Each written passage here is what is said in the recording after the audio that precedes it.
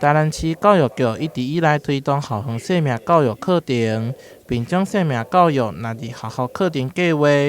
在今年教育部生命教育特色学校以及自由人员评选当中，分别由台南市西门西洋国小以及志开西洋国小老师书奉出得奖。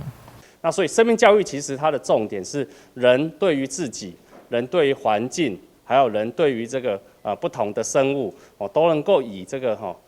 关怀的角度来出发。西门西洋国小曾经伫107年得奖，这摆延续发展素养导向生命教育课程高效无阻，规划完整系列课程，嘛以生命教育以及环境教育为主轴，将优先校园的相关议题融入相依的学习。那我们孩子们除了就是以创作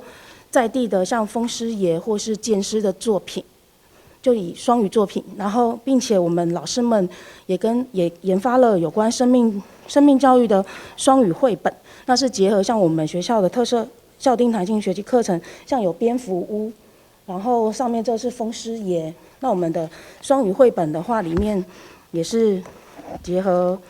双语的课程，然后提供给老师全市的老师来作为参考使用。志开西洋国小苏凤珠老师长期分享生命教育教学甲专题，提升团队课程教学成长。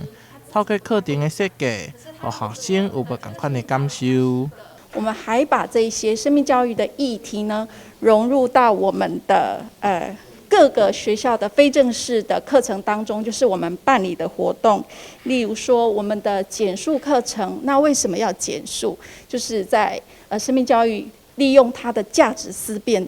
培养孩子思辨的能力。像我们学校最近在改建校舍，那改建校舍有时候我们会觉得说，那就是总务处的事情嘛，它就是盖完了，然后